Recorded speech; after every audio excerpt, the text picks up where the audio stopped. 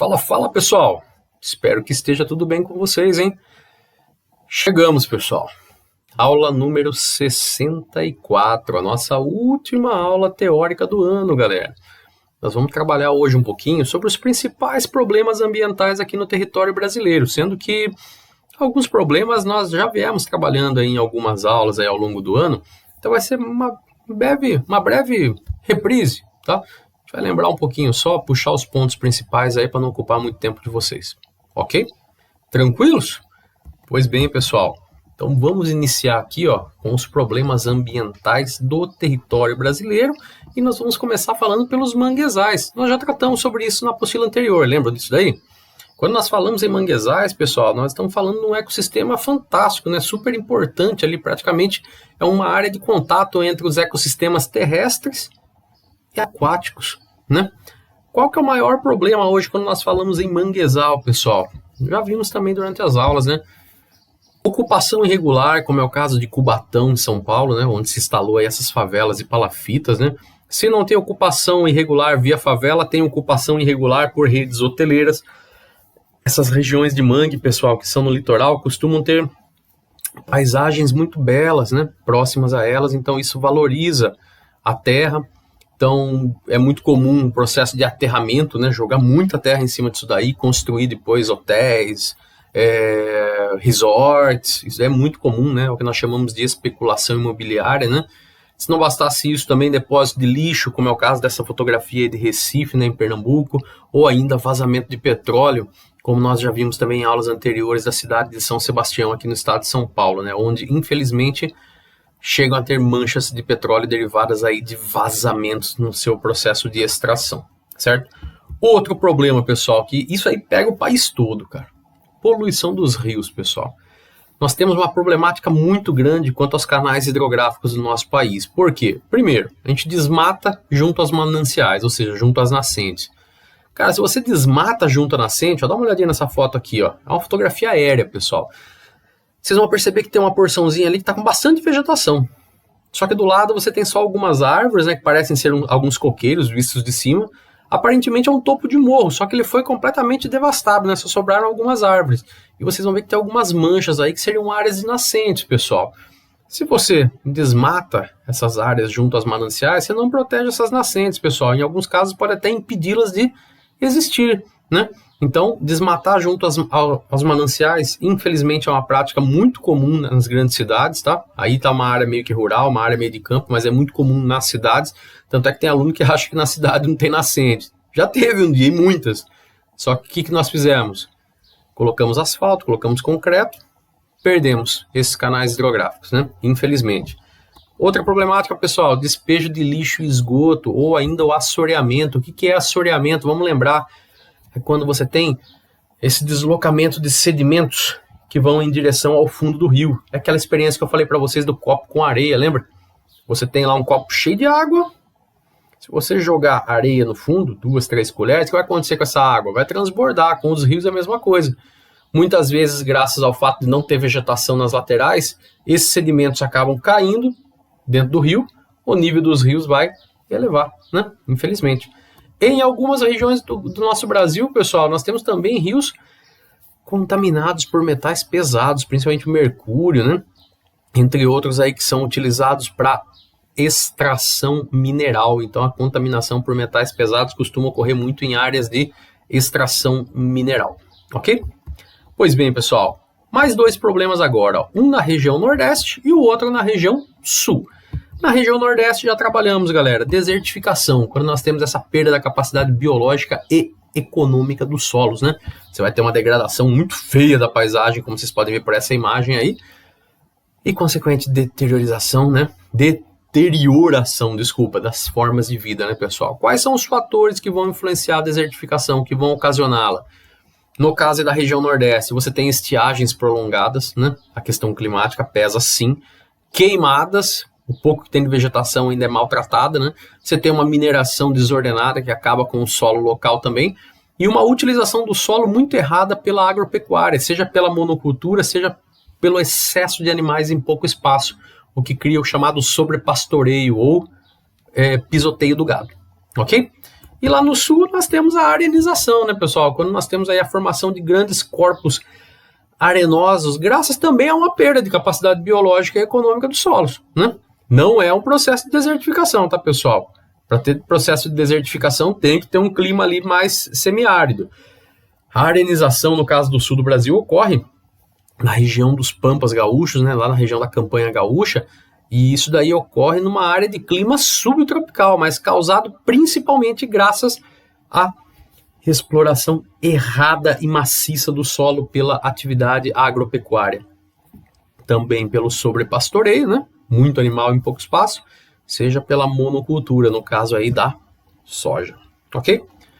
Mais um problema, pessoal, e esse é um problemão. Amazônia, pessoal. Muito falado na mídia durante o ano todo, causou muita polêmica, tendo em vista alguns posicionamentos aí do governo federal. Vamos entender um pouquinho a importância, né, do que nós chamamos de Amazônia, pessoal. Apesar de eu ter marcado no mapa do Brasil somente a região norte, para vocês identificado, nós temos que saber que a floresta amazônica, né, pessoal, enquanto grande bioma, enquanto esse grande complexo natural, não está apenas na região norte do Brasil, pega também um pouquinho do centro-oeste, que seria ali o estado do Mato Grosso, pega um pouquinho até da região nordeste, que seria ali um pouco do Maranhão, tá? A região do meio norte, ok?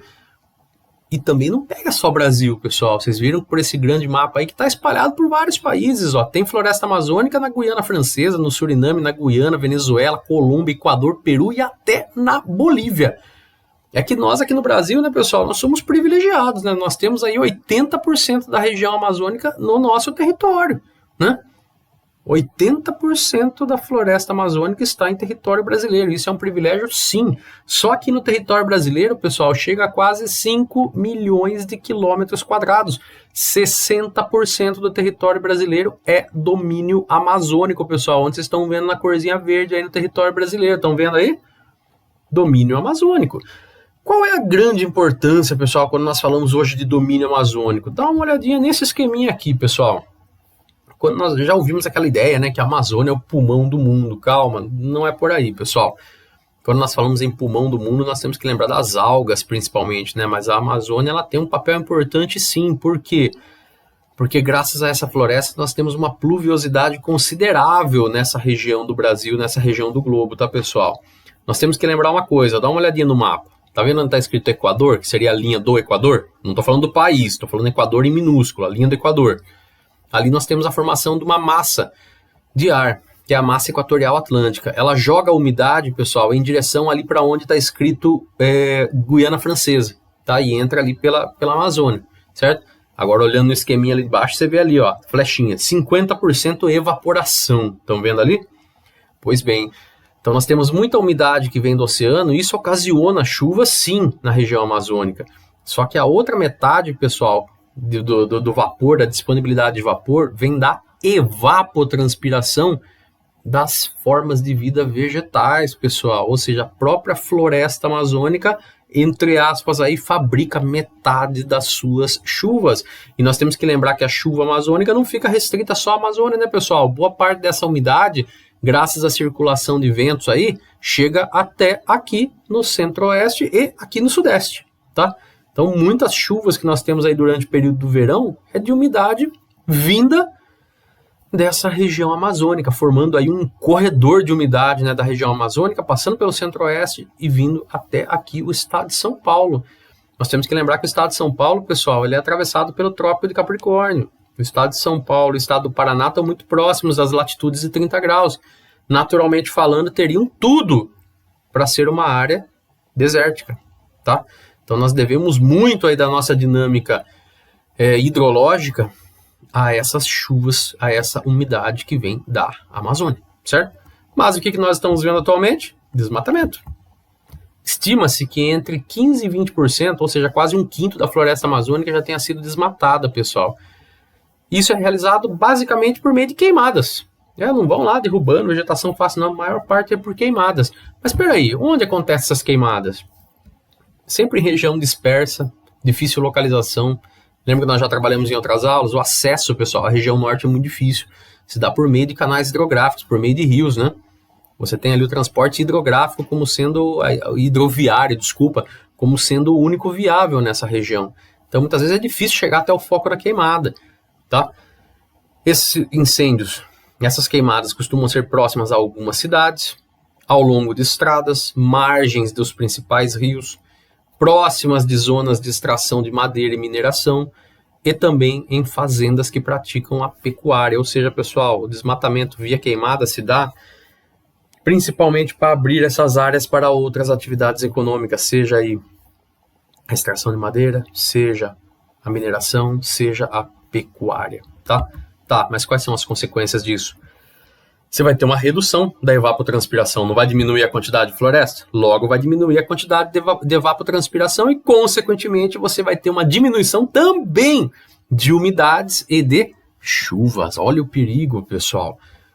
Não dá para falar que essas alterações se dão só em escala local. Não, essas alterações também vão se dar em escala regional e, por que não, global.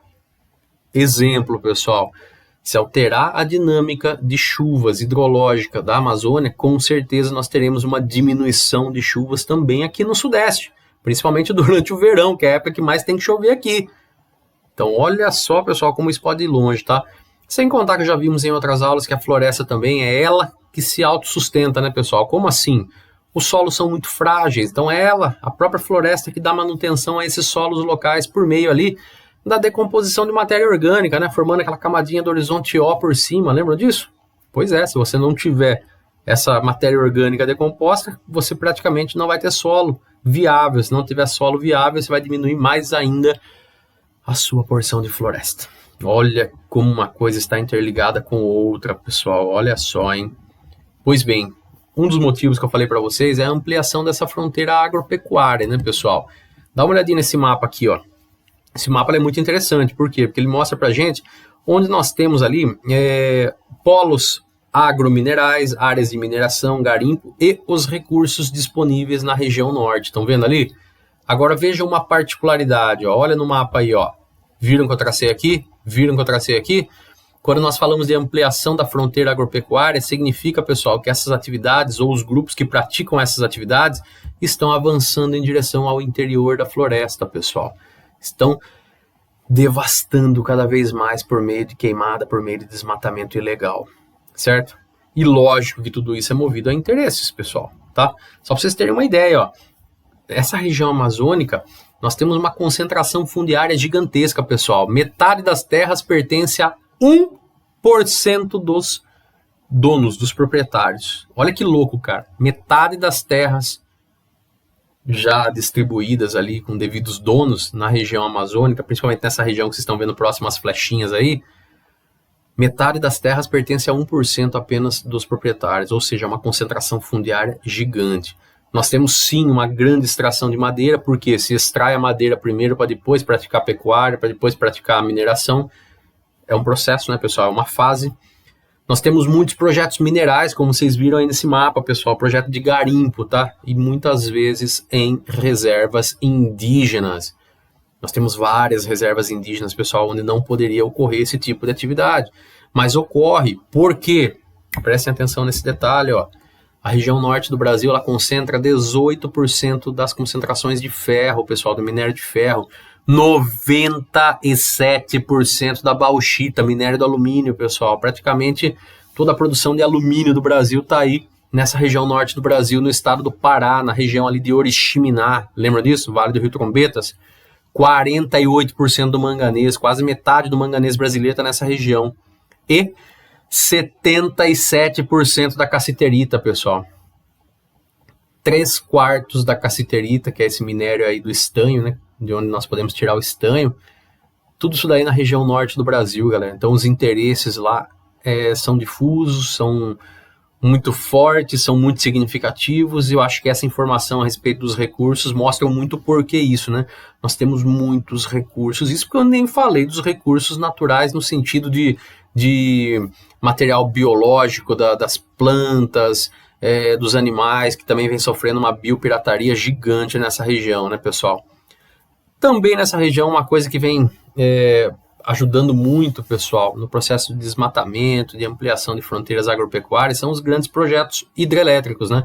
Seja, por exemplo, a usina de Tucuruí, no Pará, de Balbina, no Amazonas, de Samuel, em Rondônia, assim como Rodovias. A partir do momento que você tem mais rodovias, você facilita o acesso e, obviamente, você trará, entre aspas, aí, o progresso, né?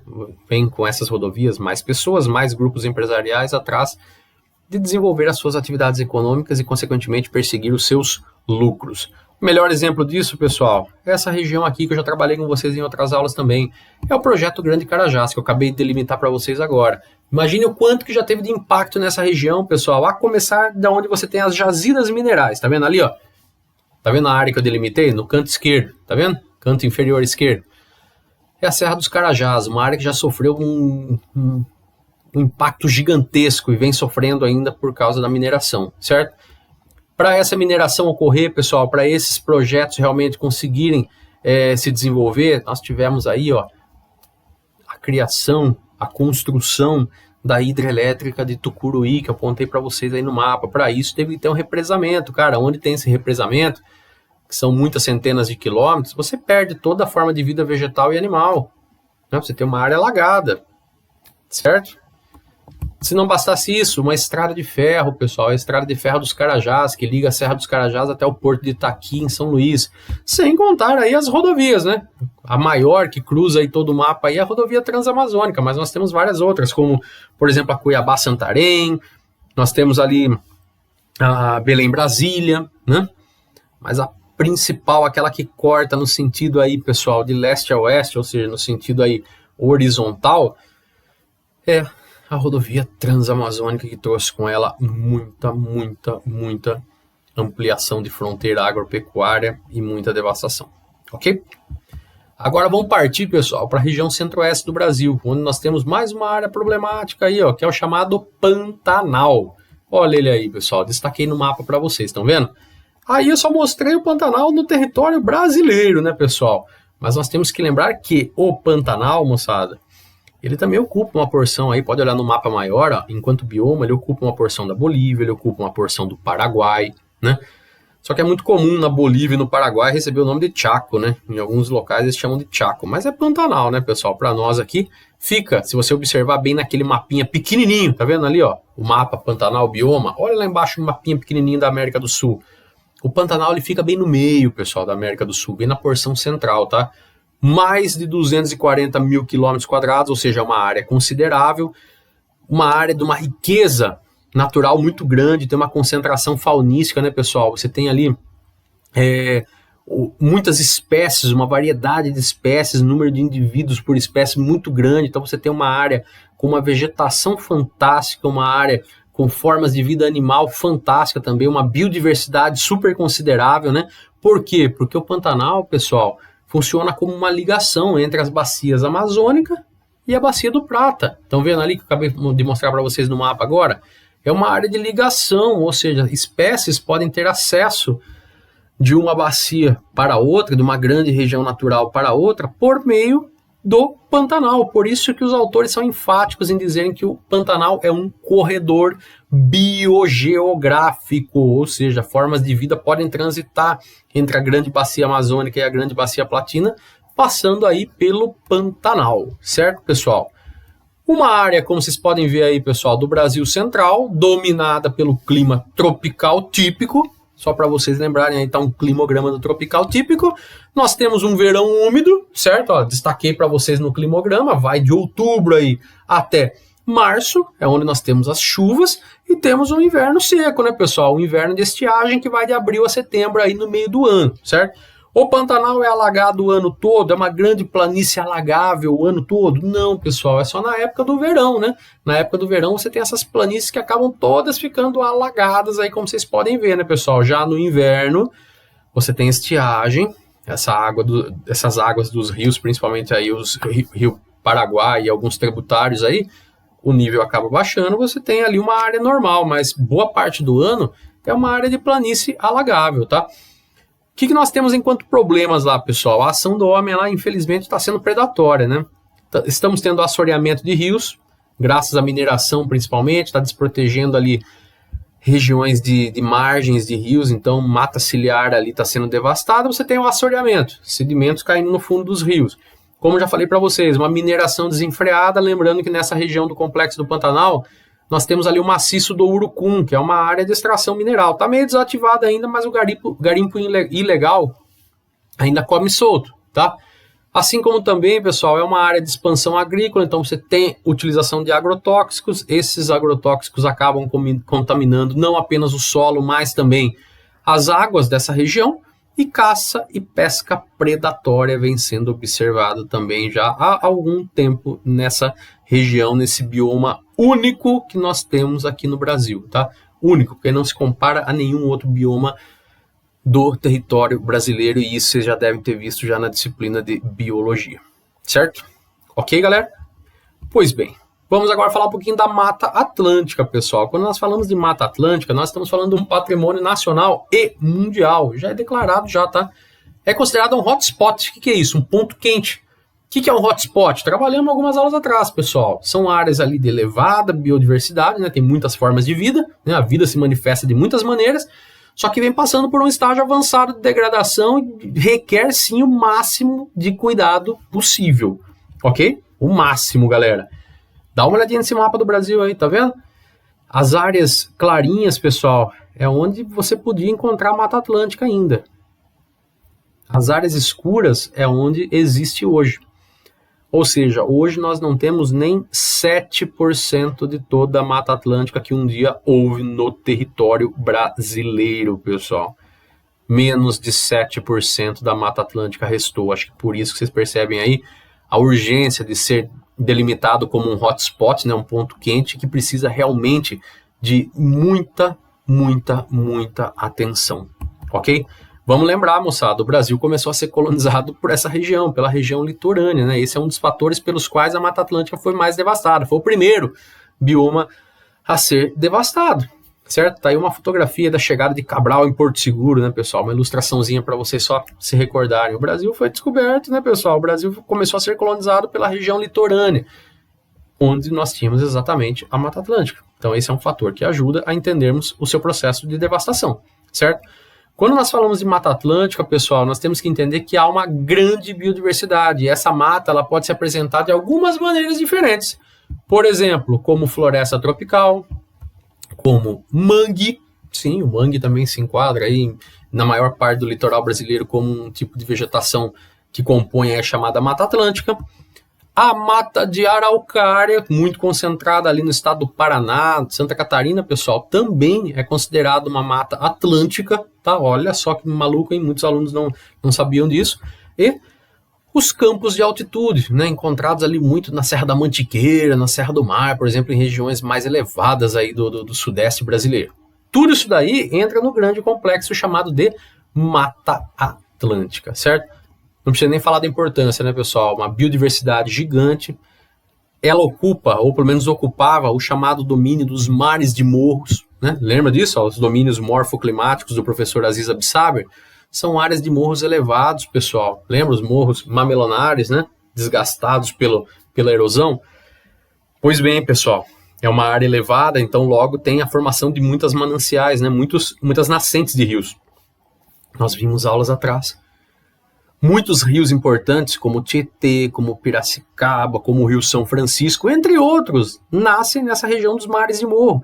Então a Mata Atlântica tem também por importância principal preservar essas nascentes, esses mananciais. Se tem vegetação, tem evapotranspiração. Se tem evapotranspiração, tem chuva. Então ajuda a regular também a pluviosidade dessa região do Brasil, galera. Sem contar que por ser uma área de muitos declives, pessoal, vai acabar protegendo o solo e também as encostas para não termos aí os movimentos de massa, né, desmoronamentos, como muitas vezes acabamos observando em algumas regiões do estado de São Paulo, do Rio, Minas Gerais, Espírito Santo, nas regiões serranas, onde a vegetação já foi retirada por algum motivo. Olha como uma coisa tem relação com outra, certo? Tem como utilizar de maneira sustentável? Tem, cara. São áreas maravilhosas, pessoal. Podem ser muito exploradas para um turismo sustentável, assim como já são. Assim como a silvicultura, né, reflorestamento e formação dos chamados corredores ecológicos, ou seja, áreas de preservação que possam interligar áreas diferentes para a preservação e para a manutenção de muitas formas de vida, sejam elas vegetais ou animais, certo? Ah, professor, mas tem algum exemplo bom disso daí? Tem, pessoal. Aqui, ó. No sul do estado de São Paulo, nós temos o Parque do Petar, Parque Estadual do Alto Ribeira. O Parque do Petar, pessoal, aqui no estado de São Paulo, ele bem no sul do estado de São Paulo, nem parece que é estado de São Paulo, tá? É uma área com pouca urbanização. Se vocês observarem depois o mapa, vocês vão perceber que é uma das regiões com mais Mata Atlântica conservada. Tem um patrimônio gigantesco de cavernas. O pessoal que pratica aí espeleologia, que é essa ciência que estuda as cavernas, adoram essa região porque realmente ela é um destaque aqui no território brasileiro. Só que uma coisa muito interessante, pessoal, muitas partes dentro dessa unidade do Petar são mantidas por grupos descendentes de quilombolas. Olha essa foto aí, ó, Quilombo Ivaporunduva. Olha que nome difícil, hein? Ivaporunduva, pessoal. Acaba se criando o quê? Uma gestão sustentável do espaço. Por quê? Porque você dá importância à população local, no caso aí os descendentes de quilombolas, né?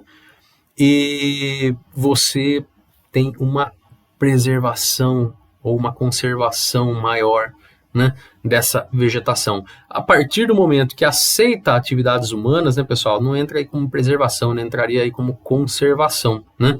Mas você tem atividades como do turismo, via visitação de cavernas, esportes radicais, educação ambiental, núcleos de educação ambiental, histórica, geográfica.